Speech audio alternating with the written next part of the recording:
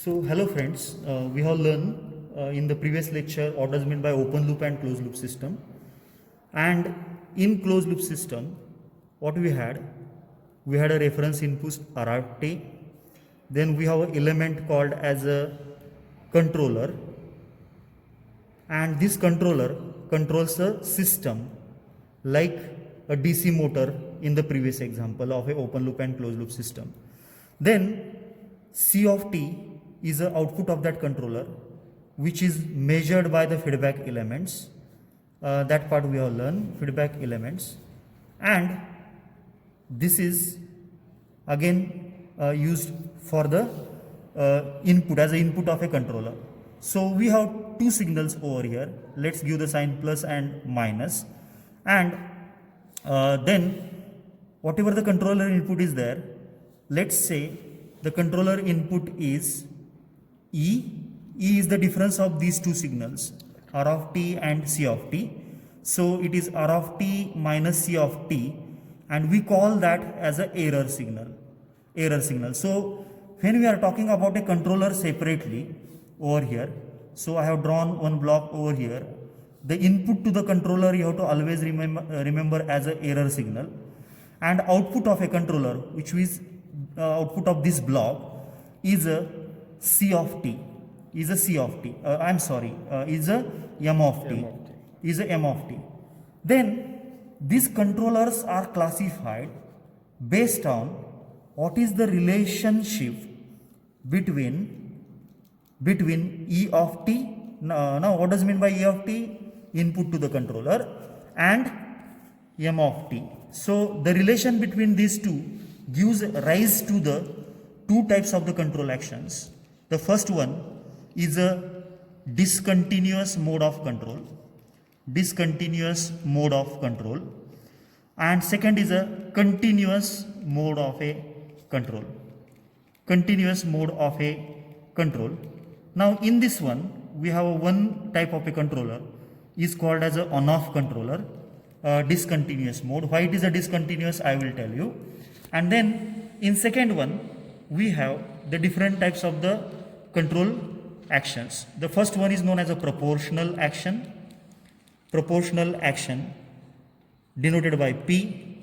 Second one is called as an integral action denoted by I, and a derivative action denoted by D, and they have combined to get a composite actions like we have P plus I control action, which stands for P stands for proportional, I stands for integral. Then we have P plus D action, proportional plus derivative, and the sixth one is P plus I plus D. Generally we say it as a PID controller. So it has a three actions combined together, proportional, integral and derivative. Then I have already told that how these modes of controls are obtained. They are obtained by means of a relation between input and output of a controller, that is E of t and M of t of a controller. Now let's we understand what does mean by discontinuous mode and what does mean by a continuous mode. So let's we draw two graphs. The first graph, on one axis we have a E, and another axis we have M, that is a controller output and controller E. So I am drawing a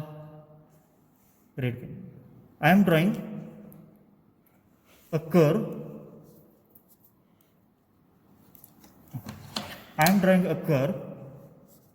Over here. So this is a one curve we are observing, and I am drawing a second curve over here. Let's say E and M related with the controller, and the graph of that particular curve is something like this one, and you have to distinguish between them who is continuous and who is a discontinuous mode of controller. And you rightly see that in figure number 1 you are observing that this is a discontinuous type of action, and second one there is a one-to-one correspondence between every error and the controller output. So this curve which is observed over here is a continuous action. Therefore, as I have already said that on-off action is a discontinuous mode, and remaining P, I and D and combination of them are a continuous action. So first one is a discontinuous and second one is a continuous one. Now we have to understand when to use a particular action, why to combine the particular actions together by taking the example. So let's take one example, a very simple example, and try to understand a response of a thermometer. So this example, response of a thermometer I am taking, and I'll be explaining the important aspects to understand the controllers. So we have one bowl with us, and this bowl contains the water inside this bowl, and it is heated, and it is at ambient pressure.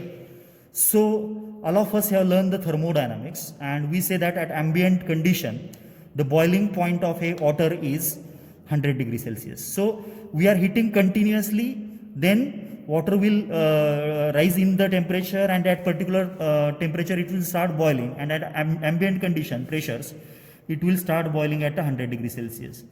Then we again keep on heating this particular bowl, and what we observe that this temperature will not change. We know that what happens, phase transformation happens over here and the temperature remains constant. So what you have to understood, the temperature inside the bowl with the heat is going to remain a constant. It does not change with respect to time. Now what we have with now, we are with a thermometer, and this thermometer we are going to dip inside the water. Now you are aware that what is the input temperature to the thermometer. So let's say we are having time on this axis, and on this axis we have a temperature. So if we immerse this thermometer in the water, input temperature will remain as 100 degrees Celsius.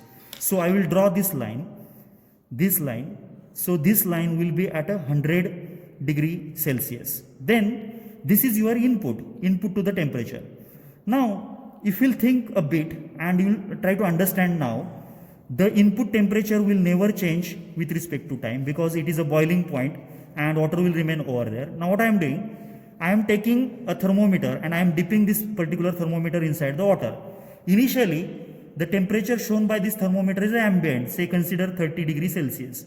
Now what is your observation when you immerse in the water? You will be observing that temperature will change, temperature shown by the thermometer will change with respect to time.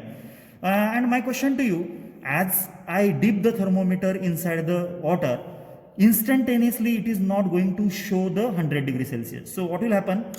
If we measure the time and temperature, we will get a graph something like this one. So this is a graph.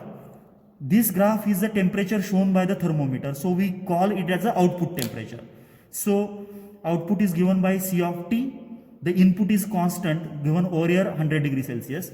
So when a particular system, in this case thermometer, is subjected to a particular type of a input, here is a constant, we call it as a step input, then it shows the output, means this blue curve, C of curve, is known as response of this system, is known as a response of the system. Now with this concept, what we do, we'll try to divide this response curve in the two parts. So one dotted line you are observing, and you will be observing the left side of this response curve and part number 1 and part number 2. So simple thing, on x-axis we have temperature, y-axis we have time. This blue curve is indicating temperature change of this thermometer when it is having input of 100 degree. So in region 1, what you are observing? You are observing that there is a change in temperature with respect to time. So name of the region 1 is the transient region. So region number 1 is a transient region, and it is called as a transient response of the system or a behavior of the system. So what does mean by transient? Where temperature is changing with respect to time. Now if you look the curve in the region 2, the curve is almost flat, and you are observing that temperature change is almost negligible over there. So that region is called as a steady state region. steady state region, and every system is expected to reach a steady state after a certain time. So from here to here there is a transient part, and from this beyond it is a steady state part. Now when we say that a particular system is good one, so the system is said to be a good one if it has good transient behavior as well as a good steady state behavior. Now as an engineer we have to understand what does mean by a good transient and what does mean by a good steady state. So I will draw two curves over here. Suppose we have changed the thermometer. This is one thermometer, let's say a mercury one. We are using some another thermometer pressure type and another thermometer with some different thermometric fluid, and I have three graphs with you. So this is one, say this is a thermometer number 1, this is a thermometer number 2, and I had one more graph I am adding, response curve. Graph means it is a behavior, response curve. It is a third one. So if I ask to you by observing this graph, which is the better one out of these two thermometers, so naturally you will be saying the number one. Now why it is as a number one? Because number one is reaching the 100 degree in less time. So if this is the case, we say that transient behavior is good one. Now second thing, steady state behavior. Now what is the criteria for a steady state behavior?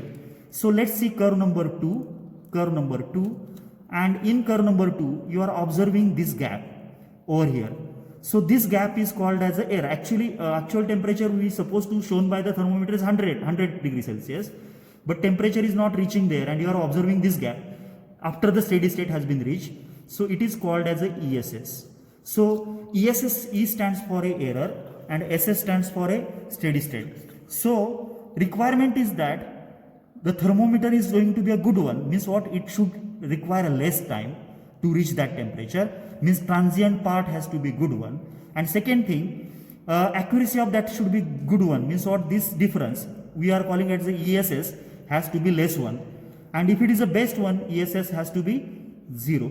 So response is meant what, how the temperature, how the system output is changing with respect to time. It is divided into two parts. First region is a transient, second is a steady state. Transient, the output changes with respect to time. Steady state, it remains with the constant with respect to time.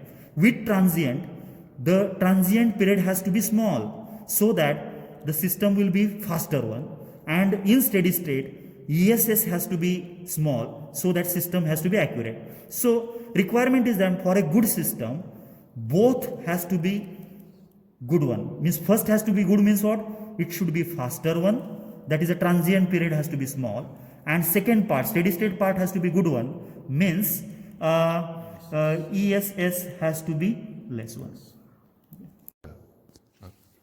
So with understanding of a behavior of the system, that is a transient and steady state, we will be moving into the controllers. So we have different control actions. We have already said continuous and discontinuous. In continuous we have on off, and in discontinuous we have on off, and in continuous we are having all these actions together. Basic action, proportional, integral, derivative, and we have said that they are depend on the relation between E and M. Now in below 4, 5 and 6 we have combined the basic actions together. Why we are doing this one? So I will give you one example of a alloy materials which you have learned. So alloy has got a different constituents, and depending upon what are the properties, better properties we are desired, what we do in alloy have a different constituents. In the same way, when we are talking about a controller, certain controller has a certain good characteristics and certain bad characteristics. So to combine goods of all, what we do, we combine together. So basic we have P, I and D, and then here we are combining P with I, P with D, and P plus I plus D. So we'll be following the example of a alloy. We want to get a better. So the best one is the PID. We know that it combines all together, so it has going to be a best one, but cost is going to be a more one for this one. Now what is the limitation and advantage of this one? So I will be, you will be going to the previous discussion of a transient and steady state. So from that discussion, I will be telling the P is good in transient. P is good in a transient. So this system, the system with a P controller will be fast one, but it is poor in steady state. That is, it has got ESS, that is a steady state error if load on the system changes. We'll see in the experiment this particular part. Then integral alone has a very poor transient, that is, it is very slow but very good steady state behavior. Next, D is good in transient, but again it is poor in the steady state. So what is our task? We say a better control if both are good, that is transient part as well as the steady state part are good one. We say that is a good control system. So we observe that certain control actions are good in transient, certain are good in steady state. That's why we go for a composite actions. So if we say PID will be having a very good transient plus very good steady state behavior. PD is lacking I, will be checking this one, I, so it will be poor in the steady state. PI is a good in both transient good due to the proportional and steady state good due to the integral. And which one to choose, it depends upon the kind of applications you are controlling and all. Such kind of a control modes we observe in basically process control. Then you might have heard a servo control. We'll try to understand what are these. In process control, we are a mechanical engineers.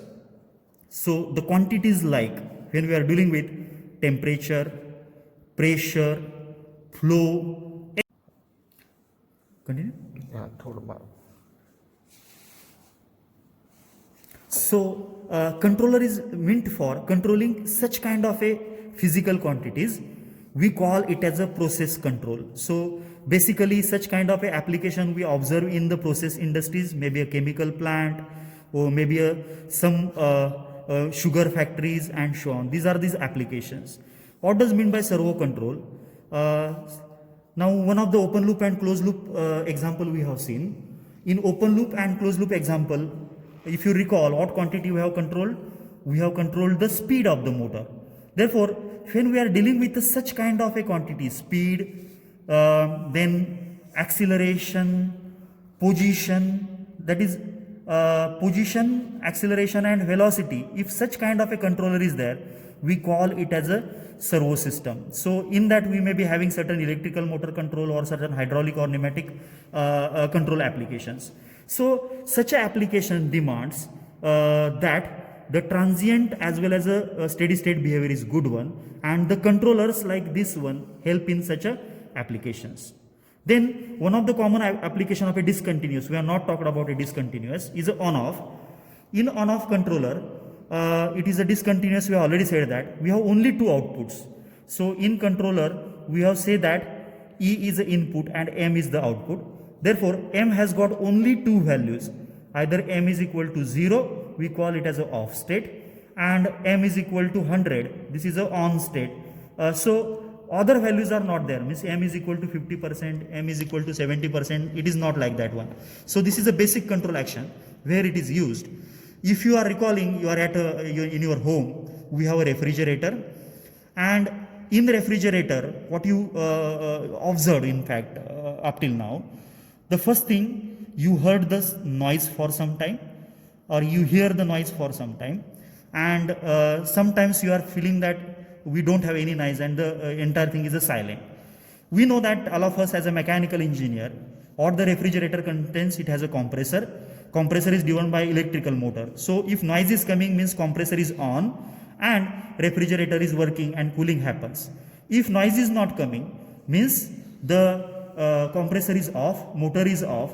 So how it happens? It happens by means of a on-off control action.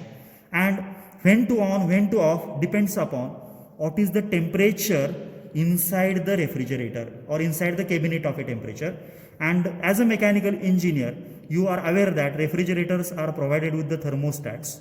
And what that thermostat do? Thermostat sense the temperature, and that signal is used to switch on and switch off of a compressor. So it is a basic action. Let's try to understand. In refrigerator application, we'll plot the temperature inside the refrigerator. We'll try to plot a temperature inside the refrigerator. So it is a T, it is a time, and we are working in on-off action. So on-off actions means what? Controller output will be like this one, this one, this one, this one.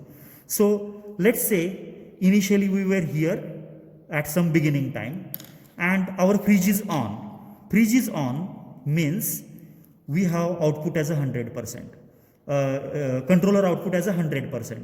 Therefore, as fridge is on, refrigerator cycle is working. With respect to time, what will happen? Temperature will goes on decreasing. And this is the value which is drawn over here is your set value. Set value, that is whatever the temperature I demand inside my refrigerator. So you observe that it will goes on decreasing. Then if at a certain temperature it will be switch off, output will become 0, and it remains switch off for a certain duration.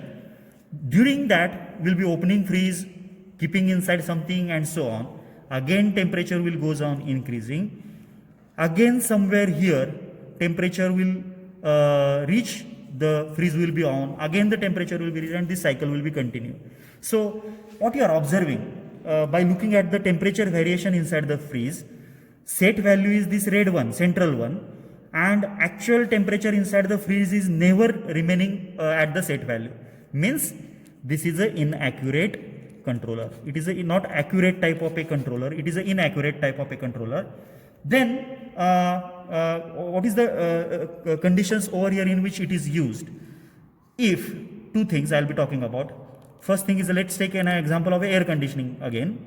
If processes are very slow,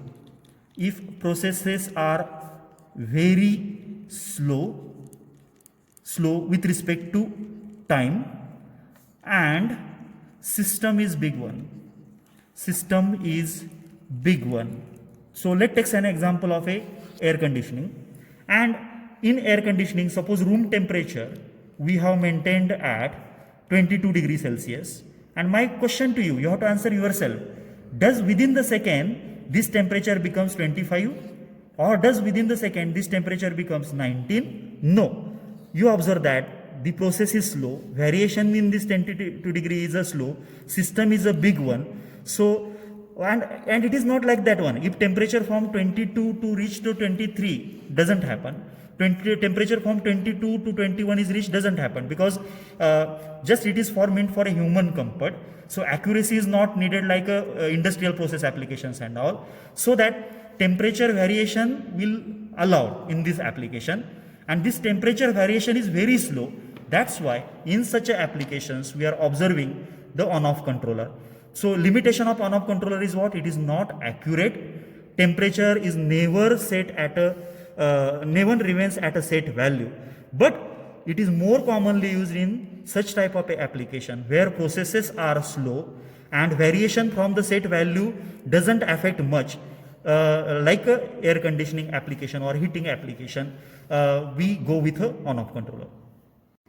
Hello students, welcome to the experiment on on-off controller. Previously we have discussed how the on-off works. So let me show a few graphs to you.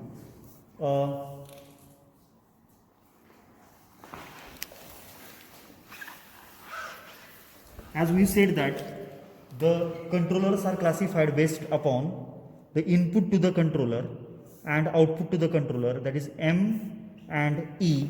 So I will draw a block diagram here once again. This is a controller, and output of a controller is M, input of a controller is E. So here in the block diagram you are observing controller, input to the controller is E, output to the controller is M. So relation between these two gives the different types of a controller we said. If we see the figure number 1 over here, so you are observing only two positions. Now what are those two positions? this M could be either 100% or M could be either 0%, that is on and off, and it is with respect to error. So there will be an error. For positive errors, output is 100%, and negative error output is a 0%. What does mean by positive and negative? So let's see, output is a C, then this is a C over here, temperature. Here we have a R. So error will be R minus C, R minus C. So when this E is positive, if E is positive, if R is greater than the C, that is a set value, set temperature is greater than the actual temperature. When it is negative, if R is smaller than the C, and when it will be 0, if R is equal to C, it will be 0. So depending upon that, the controller output will be dependent. So for positive error, it is 100%, and negative error, it is a 0%. Now let's understand the block diagram of this experiment. We have a heating system over here. So this is the block. So it is a process, and it is a process control, and process is a heating process, which is opposite to the refrigeration system we have discussed earlier. So in physically, in the experiment, you are observing this particular block over here, and inside this block we have the bulbs. If you'll see this, these are the electrical holders for the bulbs, and if these bulbs are provided with the inputs, they will glow, and we know that the temperature of this space is will be changing. So here the heating process is a heating, you have to remember it, and what we are controlling here, is a temperature. So the control is of a temperature and process is of a heating. So this heating system we have seen is over here. Then output is a temperature, naturally, that C is a temperature. Then you are observing here one wire, and we are having certain connection over here. So somewhere in mechanical engineering, you might have heard about the temperature measurements, and in temperature measurements you might have heard about the RTD. So RTD is provided over here to sense the temperature of a space. So it is connected to the output of a system. You are observing RTD in the feedback path. So RTD in the feedback path, therefore wire which is in my hand is the feedback line. So this feedback is going to the controller. Then you are observing, you are coming over here, this is the output temperature measured by the output and a set temperature. So if you observe over here, there is one knob. This is a controller, this central box is a controller, and you are observing a knob over here, and which is saying that set temperature. So by using this particular knob, we can set what is the temperature needed in the system. So that temperature is called as the set temperature, and actual temperature will be sensed by the RTD, and that will be observed in the controller display. So the controller is on and off. So if controller is on, means you will be observing bulbs are glowing, like refrigerator is on, compressor will be on, and if it is off, means bulbs will be switched off, like compressor is off, motor is off, and the silent refrigerator will be observing. Let's start to work on this particular experiment. Now I'll be there is one select switch. You are observing over here RTD and set. So when it is RTD, this knob is on RTD, we will be observing the actual temperature of this system. What is the actual current temperature of the system? Then when you are moving to set, so you can set here the desired temperature in this particular system. So let's we choose by using the set temperature knob, desired temperature inside the space. So you will be observing at a certain point greater than 30 degree, the heater will glow because error will be positive. So output is a 100 because current temperature was 31, it is more than this one, so it is positive. So heater is on means the controller output is 100%, M is 100%, and heater will be on. Now what is happening over here? The set value is 46. I will check now the current temperature. It is a 32. And if you'll be observing the lamp over here, the lamp is continuously glowing. So what about error? So please try to understand. What about error? We'll try to understand. So I will draw a graph. On this axis temperature, set value is 46 degrees somewhat. The current temperature was less than this, that is temperature of this box was less than this. So it was ambient initially, I think 31 degrees Celsius. What is error? Error is equal to set value, we call it as an input, minus actual value, we call it as an output. So input value is greater than output value, and therefore error is positive. Error is positive, and what you are observing over here, output of a controller is 100% for this, and output is 100%, means the bulb is glowing on, heating is happening, and you will be observing here the temperature sensed by the RTD is showing the actual temperature over here. Initially it was the 31, now it has reached the 40. So we will observe this particular experiment, what happens after the 46 degree. So let's try to understand this particular on-off controller by observing the different values of the output temperatures.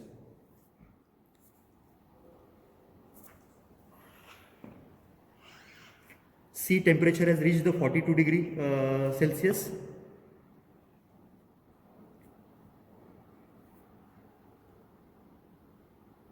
Still we have a positive error.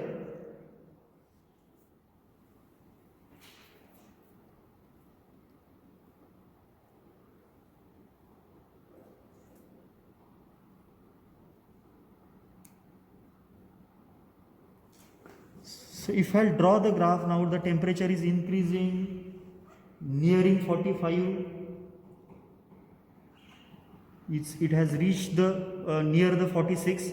It has reached the 46, went beyond, but you will be observing that error has become negative, still it is running. So there is a concept of a dead band over here. So it is still increasing beyond that value, and you observe that now output of a controller has become 0.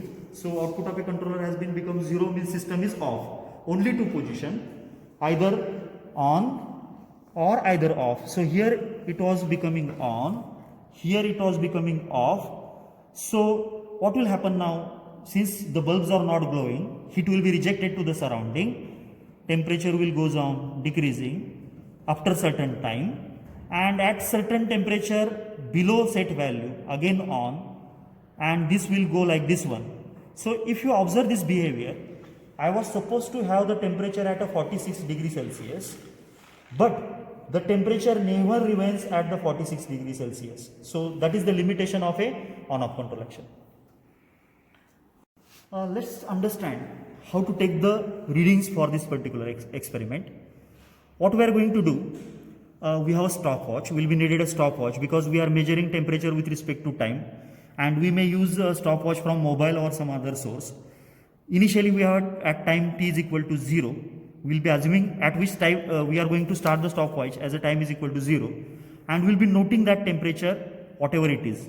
So what we have done, we have started the temperature at a 41 degrees Celsius over here, 41 degrees Celsius, and then after every 15 seconds this control mode, we have set temperature, we have system working and so on. What we are doing, stopwatch we have to run continuously, and after every 15 seconds we are reading the temperatures. So you will be observing over here the temperatures. So here on and off actions happens, and certain time you will be observing temperatures are rising, and certain times you are observing that temperature is dropping. When the temperature will rise, if the heater will be on, that is bulb will be on, the temperature will rise, and if bulb will be off, temperature will drop, and this cycle will goes on continuous. So we are taking for certain values of a time all these readings. Then we'll plot this. Once we got the time and corresponding temperature, we'll plot all of them over here. So if you'll see the graph paper over here, on x-axis we had a time, and y-axis we have a temperature shown by the RTD. So temperature we have to read from the RTD readings we are displayed on the screen. And if you see, my set temperature is 41, and from the graph you are able to see that the graph is starting from here.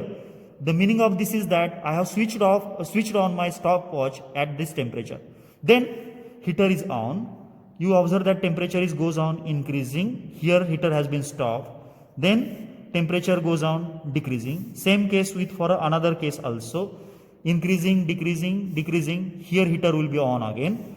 And you observe by this observation of this particular graph, we are supposed to be at a 41 degree, but we never remain at the 41 degree. So this is the limitation of a on-off action. The conclusion is that on-off action is not an accurate controller, but the applications which I have mentioned earlier, in those applications such kind of a variation is allowed, and the control process happens with a simple on-off controller, which is the less costly.